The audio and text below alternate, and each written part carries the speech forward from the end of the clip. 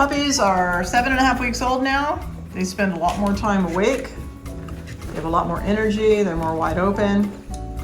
And I've got them out for a little noon play. Got scratched. Their little claws, we did cut their nails yesterday, but they still have sharp claws, sharp teeth. I just wanted to talk with you about preparing for your puppy and the number one thing that's most overlooked when preparing for your puppy. And, you know, we all prepare for, okay, we've got our toys, we have our exercise pins, we have our puppy, we have our classes lined up that we're going to be taking, and we've got our training program that we want to do, and we want to do socialization a certain way. We make all these plans, the food we're going to feed, but we're thinking about the dog as a puppy. And we're not thinking about the next 12 to 15 years with the dog. And we really have to think about medical care and being prepared for the very high costs of veterinarians. And if you need veterinary specialty care, super high cost.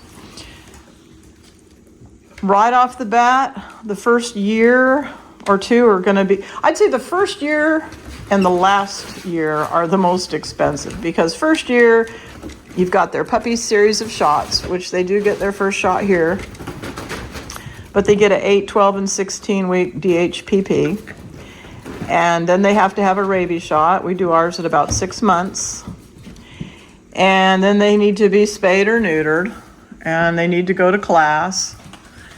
And they need, so the first year is expensive.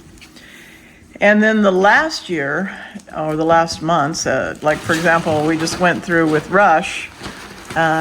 He had a cancer diagnosis, and we gave him an extra couple months of quality life, and that was in the thousands. That cost thousands. So, and in different parts of the country, it's going to cost you more, in different parts, it's going to cost you less. So you have to have a plan.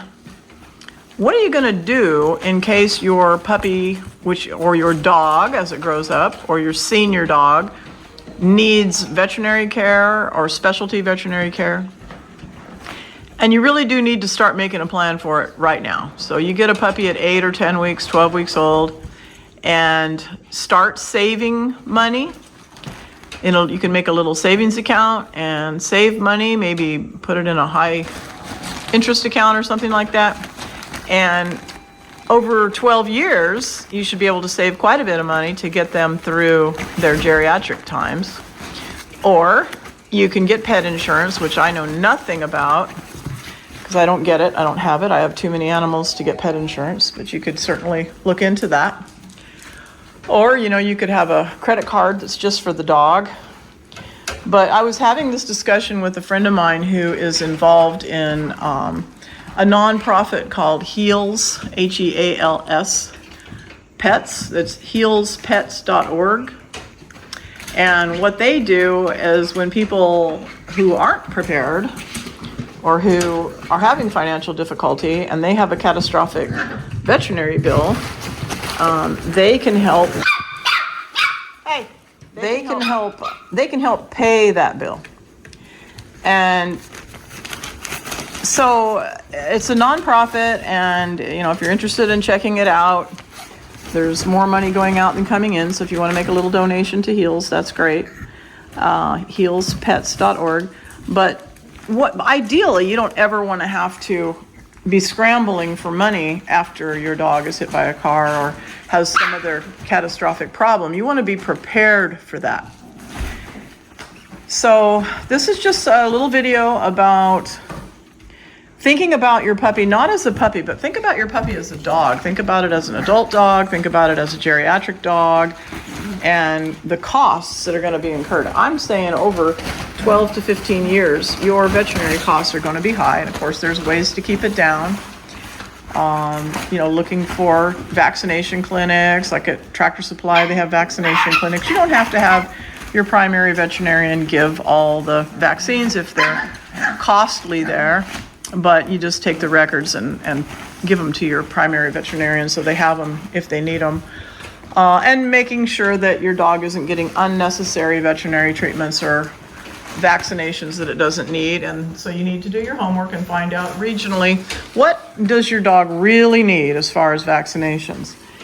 And I'm also not a big fan of putting poison on my puppy monthly, the monthly flea and tick. That's just me. You need to do your homework on that because that is poison. And, you know, if you read the fine print, they can all cause seizures, death, et cetera, in your dog over trying to prevent a flea. So got to come up with ways to prevent fleas and ticks that don't involve poisoning your puppy. But these pharmaceutical companies, they want to get you hooked on monthly stuff. They can make so much money on you monthly over the next 15 years. So just have to be aware, learn, what does my dog really need?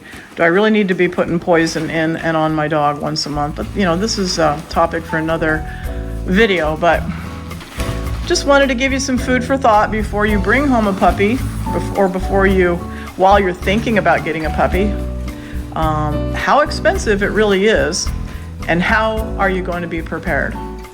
So thanks for watching. Don't forget to like, subscribe, share.